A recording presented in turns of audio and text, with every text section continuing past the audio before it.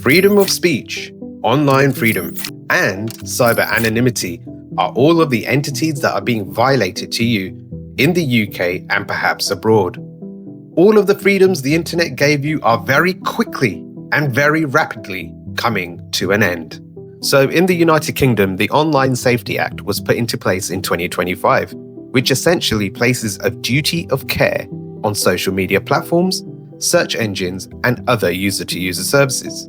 This means that these companies are now legally responsible for protecting their users from illegal content and content that is harmful to children. So what this effectively means is that when you submit your personal and bio data, the UK government will have a record of information on you that could have detrimental privacy consequences and concerns to what freedom online actually is. So naturally, the implementation has been highly controversial. Many users, including adults, have expressed concerns about the personal data required for these checks, such as providing photo IDs or facial scans. There's even been online petitions to repeal this act, but the government have no intentions to repeal. This has led to a massive surge in VPN downloads, with some providers reporting 1,000 to 1,400% increase in signups in the days following the law's enforcement. So firstly, what's a VPN? A virtual private network, VPN, works by rerouting a user's internet traffic through a server in another country. This masks a user's UK IP address, making it appear as if they are browsing from a different location. It works when a user connects to a server in a country like the United States or the Netherlands. Therefore, in this case, the age verification requirements tied to the UK's Online Safety Act are bypassed.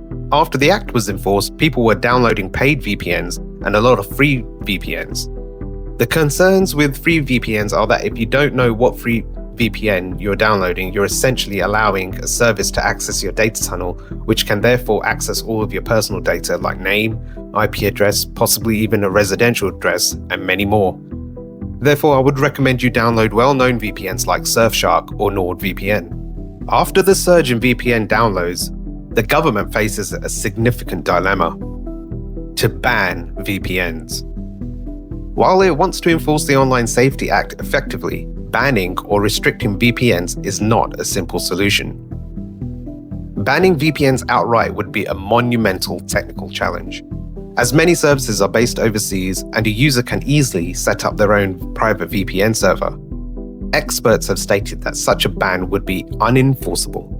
Quick one, please do like, share, comment, and subscribe if you're enjoying this so far. Despite its stated goals, the Online Safety Act has faced a barrage of criticism from a diverse range of groups, including civil liberties organizations, tech companies, and privacy advocates.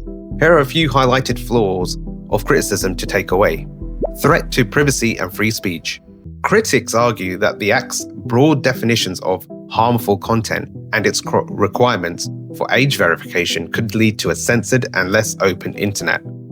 The fear is that platforms, in an effort to avoid hefty fines, will over-censor illegal content to be on the safe side. This is seen as a major threat to freedom of expression and the ability to discuss sensitive or controversial topics online. Age verification issues. The requirement for highly effective age verification for a wide range of content is a major point of concern. Critics contend that forcing users to upload ID or submit to facial scans links their offline identity to their online behavior, creating significant privacy risks and making users vulnerable to data breaches, identity theft, and fraud. Whilst this law is enforced in the UK, different variations of this law are in place in other Western countries. Canada and the US have a Screen Safety Act and the Online Patriot Act, which effectively applies challenges to your online freedom in the name of child and national safety. The other issue is adult sites aren't the only platforms where you can see this kind of content.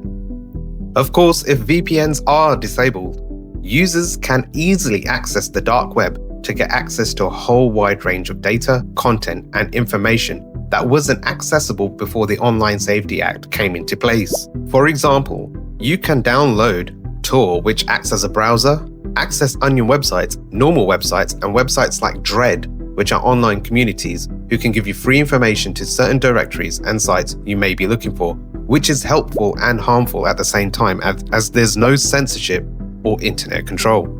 The UK Online Safety Act officially represents a significant attempt to bring accountability and safety to the digital world, at least in the government's eyes.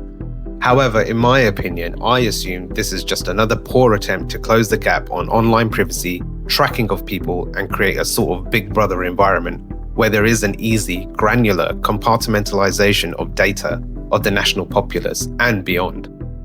Adult content is harmful to children and the young alike. In fact, it's harmful to everyone. And so you should take extra care and consideration as to what you and others are consuming online. Okay guys, please do like, share, comment and subscribe if you enjoyed this. I'll see you in the next one.